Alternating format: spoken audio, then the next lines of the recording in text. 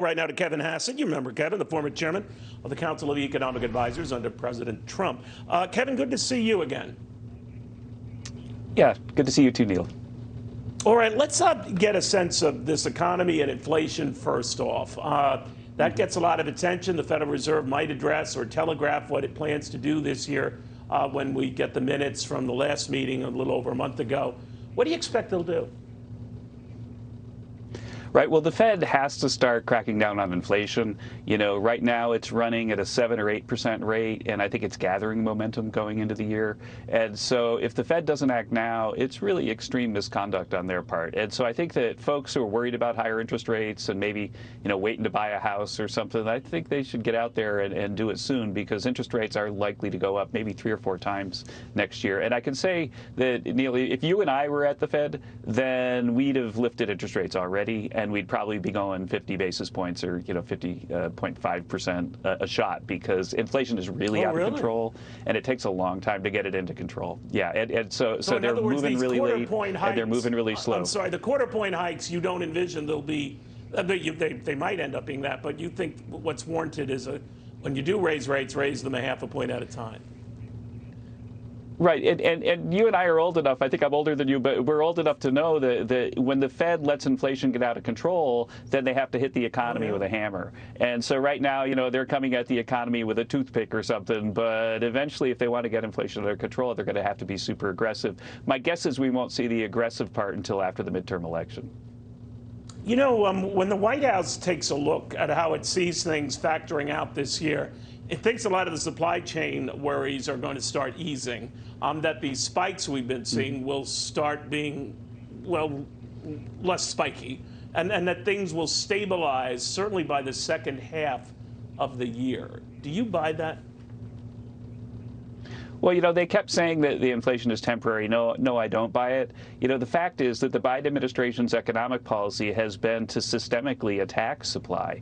And so if you go to a socialist country and you go inside a store, then the shelves are empty, and it's not a temporary disruption. And if you look at the heavy new regulations, the energy regulations that you were just talking about, and the threatened tax hikes, then that's an attack on supply, and it's not a temporary phenomenon. And so, frankly, I think that inflation's spinning out of control. I think, Joe Manchin has saved us from high double-digit inflation by standing in front of the Build Back Better, which is really a misnamed thing, bill. But, frankly, the Biden administration has done everything wrong. It's economic misconduct. There's no undergraduate macro class that would try to defend what they're doing. And it's going to lead to a lot of misery in the end, because inflation is out of control. Do you know any of these Nobel laureates who apparently think that this is going to give the economy, Build Back Better, a boost? And furthermore, shrink deficits. I don't know any of them personally or how they come to that conclusion, but how do they? Yeah. Well, frankly, I thought it was a little tawdry, because they appear to have been organized by Janet Yellen's husband, it feels like to me. And so it was really a partisan document with very little, if any, economics, or it had economics backwards.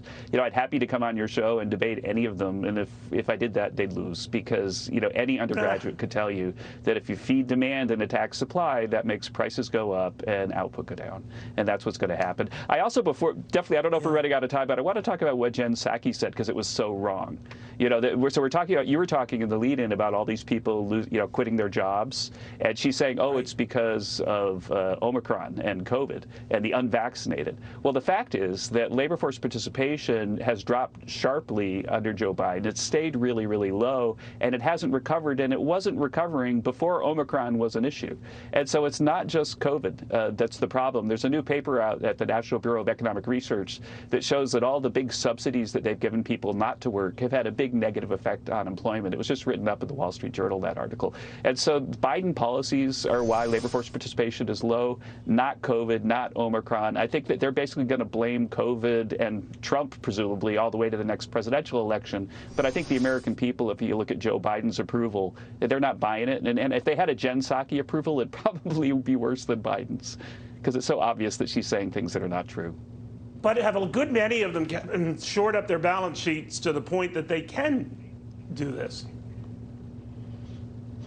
Yeah, and when you look at the fine-tuned numbers, the thing that jumps out at me is that it's people over 55 that have not gone back into the labor force disproportionately, and they are the people who are most at risk, and they do I think explain some of the supply disruption, because a lot of truck drivers are, men and women over 55. A lot of people who work, longshoremen, are older people because they're not unionized, and they haven't been letting a lot of young people into the profession, and so it is the people over 55 especially that are not going back. I mean, pretty much at every age cohort, and both male and females, people aren't going back, but the older people not going back more. That's the one little bit of evidence that might be consistent with what Psaki was saying.